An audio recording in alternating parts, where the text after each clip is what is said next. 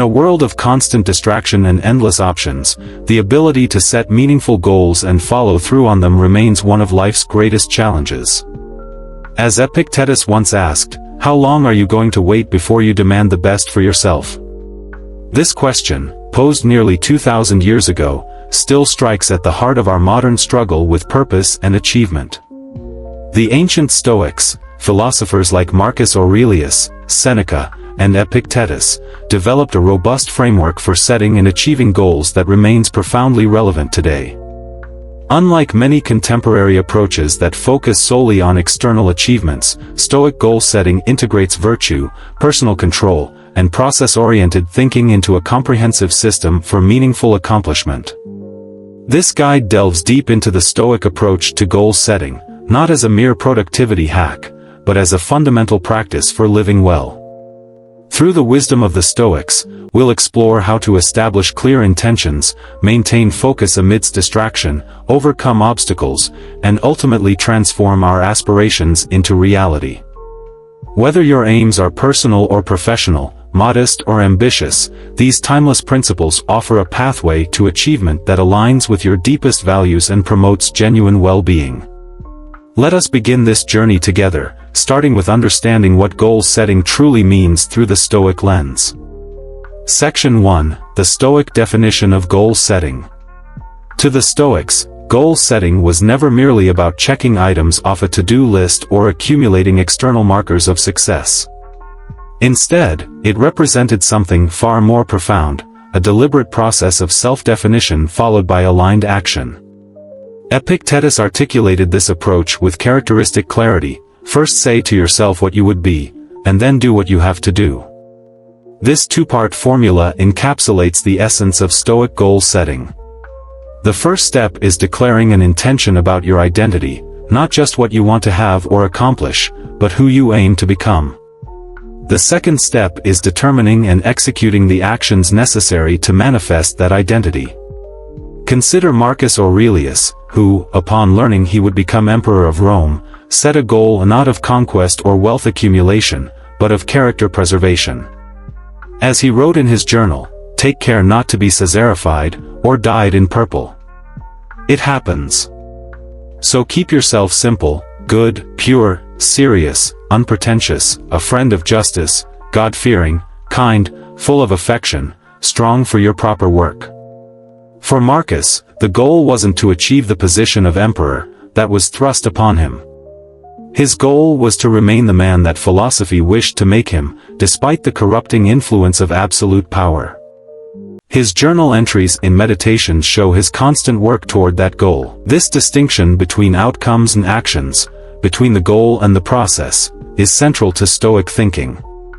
While modern goal setting often focuses exclusively on outcomes, becoming an author, winning a championship, running a marathon, the Stoics emphasize the importance of focusing on immediate actions within our control. Section 2. The decisive importance of goal clarity. Let all your efforts be directed to something, let it keep that end in view, advised Seneca. It's not activity that disturbs people, but false conceptions of things that drive them mad. In our hyper-connected world, the lack of clear goals creates a vacuum that external demands quickly fill. Without established purposes of our own, we become reactive rather than proactive, responding to the latest notification, crisis, or trend rather than moving deliberately toward what matters most. The Stoics recognize that clarity of purpose serves as a compass amid life's storms. Without this compass, we drift. As Marcus Aurelius observed, people who labor all their lives but have no purpose to direct every thought and impulse toward are wasting their time, even when hard at work. This wasteful busyness, what Seneca called the restlessness of a hunted mind, results from activity without aim. We might appear productive while actually making no progress toward anything meaningful. Law 29 of Robert Greene's The 48 Laws of Power echoes this ancient wisdom: plan all the way to the end. By creating a clear destination, we gain three crucial advantages. First, we establish decision-making criteria. When faced with choices large or small, we can ask, does this move me closer to or further from my stated goal? Without this reference point, decisions become arbitrary or reactive. Second, we develop resilience against distraction. The emails, social media notifications, and urgent but unimportant tasks lose their power when measured against our defined purpose. The tempo of our times, what the Stoics would call the mood and actions of the crowd, no longer dictates our direction. Third, we gain the ability to measure progress. Without a destination in mind, how can we know if we're moving forward, backward, or merely in circles? A clear goal allows us to evaluate our position and make necessary adjustments. Consider how this clarity operates in real-world achievements. When Chrysippus, an ancient Stoic, trained as a long-distance runner, he would set a specific goal, strive to beat it, and then establish a new, more challenging target. This continual refinement of purpose, setting clear, measurable goals and then surpassing them, exemplifies the focused direction that Stoicism advocates. In essence, goal clarity transforms random motion into purposeful progress. It converts the chaos of possibilities into a coherent path forward. As Seneca put it, when a man does not know what harbor he is making for, no wind is the right wind. Section 3, the Stoic assessment of good and bad fortune. One of the most powerful aspects of Stoic goal setting is how it transforms our relationship with events. Without clear goals, we often react emotionally to circumstances, labeling them as good or bad based on immediate feelings rather than long-term impact. The Stoics recognized this pattern and offered a revolutionary perspective: nothing is inherently good or bad until measured against our aims. As Seneca observed, without a ruler, you cannot make crooked straight. This ruler, this standard of measurement, comes from our clearly defined goals. When we know what we're working toward, we can accurately assess whether an event helps or hinders our progress. Without this context, our judgments become mere speculation. Consider a project delay. Without a clear goal, this might seem categorically negative. But with purpose in mind, we might recognize the delay as beneficial, perhaps providing time for additional research, refinement, or preparation that ultimately improves the final outcome. As Marcus Aurelius wrote, the impediment to action advances action. What stands in the way becomes the way. This perspective fundamentally changes our relationship with fortune. Instead of being emotionally tossed about by external events, we develop what Nassim Taleb might call anti-fragility, the ability to benefit from disorder and unexpected events by integrating them into our path. When Olympic athletes face training setbacks, injuries, or competition surprises, their clear goals allow them to quickly recalibrate and find alternative paths forward. The goal remains unchanged, but the route adjusts based on new information. Without the goal, the setback would simply be a dead end. This assessment framework also helps us recognize opportunities that might otherwise appear as distractions. The entrepreneur with clear business goals can identify which unexpected partnership offers align with their vision and which would pull them off course, despite both appearing as good news on the surface. By establishing clear goals, we create what the Stoics would call a ruling faculty, an internal compass that evaluates experiences not by cultural convention or emotional reaction, but by their relationship to our chosen purpose. This doesn't mean denying emotions or becoming coldly calculating, but rather developing the capacity to see beyond immediate impressions to longer-term significance. As we develop this faculty, we become less reactive and more responsive, less subject to fortune's whims and more capable of incorporating whatever happens into our ongoing journey. We learn, as Marcus Aurelius did, that the art of living is more like wrestling than dancing, requiring constant adaptation while maintaining our fundamental stance and purpose. Section 4. Conquering procrastination through structured purpose. Procrastination, Seneca warned, is the assassination of motivation. The Stoics recognized that postponing necessary action doesn't merely delay results, it fundamentally undermines our capacity for achievement. Procrastination thrives in environments of uncertainty, complexity, and decision fatigue. When we lack clear goals, each day presents an overwhelming array of possible activities, each demanding evaluation. This cognitive burden depletes our willpower and often leads to avoidance or escape into easier, less meaningful tasks. The Stoic approach to defeating procrastination centers on eliminating this uncertainty through structured purpose. When we establish clear goals and develop concrete plans to achieve them, we create what Super Bowl winning coach Bill Walsh called a script, a predetermined sequence of actions that removes the need for constant decision-making. Walsh famously scripted the first 25 plays of each football game, allowing his team to execute with confidence regardless of early game developments or emotional states. If you want to sleep at night before the game, he explained, have your first 25 plays established in your own mind the night before. This scripting approach has been adopted by many of history's most productive minds. Writers like Hemingway would end each work session by making notes about exactly where to begin the next day. Benjamin Franklin structured his days with precise morning and evening rituals. These practices minimize decision fatigue and create momentum that carries through resistance. The Stoics would recognize these as practical applications of their principle that clarity precedes action. By determining in advance what needs to be done, when, and how, we circumvent the internal debate that fuels procrastination. As Marcus Aurelius advised himself, the impediment to action advances action. What stands in the way becomes the way.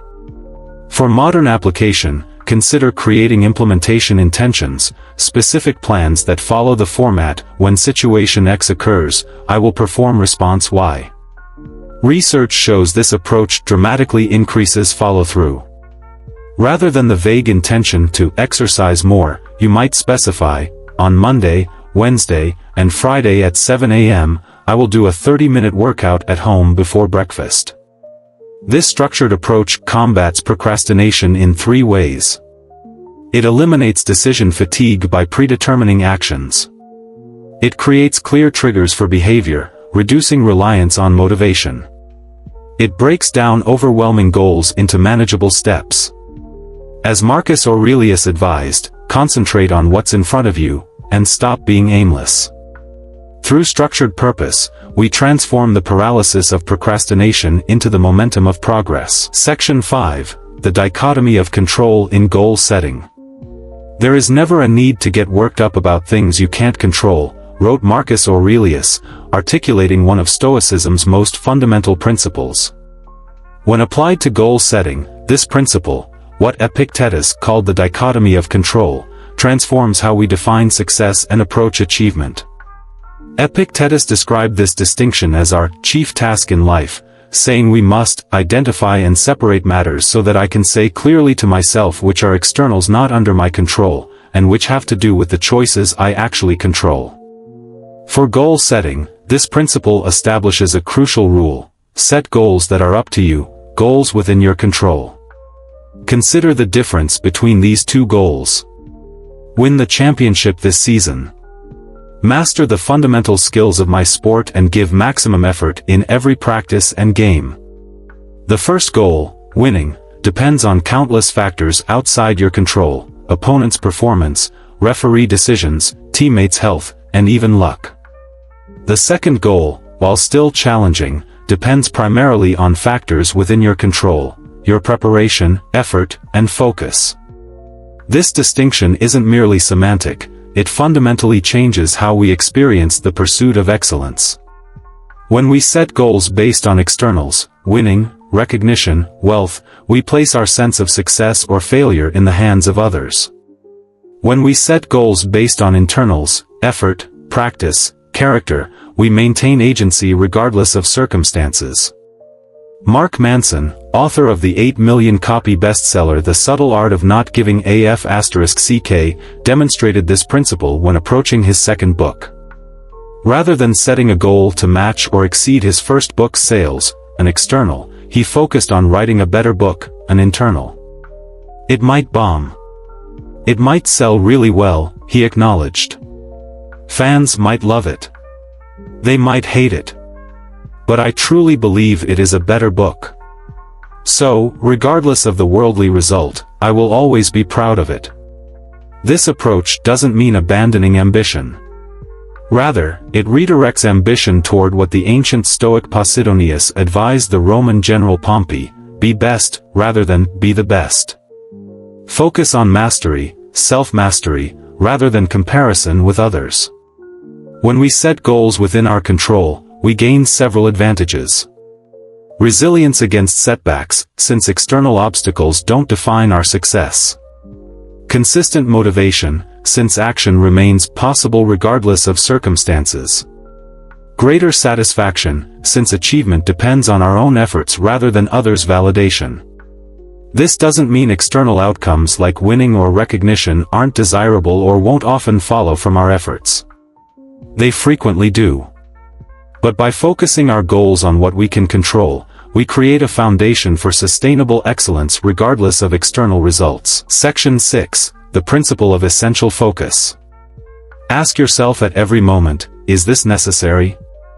Marcus Aurelius posed this question to himself regularly, recognizing that even worthwhile goals can become distractions when pursued in excess. The Stoics understood that humans possess limited attention, energy, and time. Spreading these resources too thinly across numerous goals, even worthy ones, guarantees mediocrity rather than excellence. As Seneca observed, finding the right balance between activity and focus is one of the hardest balances to strike in life. This principle received modern validation when actor Matthew McConaughey realized he was overextended across multiple ventures: a production company, a music label, a foundation, his acting career, and his family. Despite managing to juggle these commitments, he recognized the cost. I was making B's in 5 things. I want to make A's in 3 things. His decision to close the production company and music label wasn't about avoiding work, it was about concentrating his energy on what mattered most. The results speak for themselves: an Academy Award, critically acclaimed performances, and a best-selling memoir followed his decision to focus. The Stoic approach to focus involves a regular practice of elimination. List everything you're currently juggling. Identify the few truly essential pursuits. Commit to excellence in those areas. Deliberately abandon or reduce commitment to the rest. Direct your full attention to what remains. This process requires courage, the willingness to say no to good opportunities in service of great ones. It demands honest self-assessment about where your unique talents and passions intersect with meaningful contribution. And it requires revisiting these decisions regularly as circumstances change. Warren Buffett famously advised a pilot to write down his top 25 career goals, circle the 5 most important, and then avoid the remaining 20 at all costs, treating them as distractions rather than secondary priorities. This ruthless elimination of the merely important in favor of the truly essential echoes the Stoic principle of focus. As Marcus Aurelius noted, when you eliminate the inessential, you get the double benefit of doing the essential stuff better. By concentrating your finite resources on fewer targets, you dramatically increase the likelihood of meaningful achievement in the areas that matter most. The Stoic doesn't aim to do everything, they aim to do the right things excellently.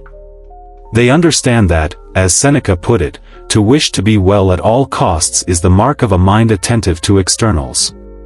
True well-being comes not from frantic activity across numerous domains but from focused attention to what truly matters. The Stoic approach to goal setting offers profound wisdom that transcends time and circumstance. Through these first 6 principles, we've explored a comprehensive framework that transforms how we establish purposes and pursue meaningful achievement. We began by understanding the Stoic definition of goal setting, not as mere outcome chasing, but as a 2-part process of defining who we wish to become and then determining the actions necessary to manifest that identity. As Epictetus instructed, first say to yourself what you would be, and then do what you have to do. This approach reframes goals as expressions of character rather than external acquisitions. We then examined the decisive importance of goal clarity, recognizing that without a clear destination, we become susceptible to distraction and drift. As Seneca warned, when a man does not know what harbor he is making for, no wind is the right wind. Clear goals serve as our compass amid life's storms, allowing us to evaluate opportunities, make decisions, and measure progress with confidence. The Stoic assessment of good and bad fortune revealed how purposeful goals transform our relationship with events. Rather than reacting emotionally to circumstances, we develop the capacity to evaluate experiences based on their relationship to our chosen aims. This perspective converts obstacles into opportunities and creates resilience against fortune's whims. We explored how structured purpose conquers procrastination by eliminating the uncertainty and decision fatigue that fuel avoidance. Through implementation intentions and predetermined scripts for action, we create momentum that carries us through resistance, following Marcus Aurelius' advice to concentrate on what's in front of you. The dichotomy of control emerged as perhaps the most crucial principle in Stoic goal setting, teaching us to set goals centered on what we can influence rather than external outcomes beyond our reach. This shift creates sustainable motivation and genuine satisfaction by placing achievement within our agency rather than at the mercy of circumstance. Finally, we examined the principle of essential focus, recognizing that excellence requires concentration rather than diffusion of our limited resources.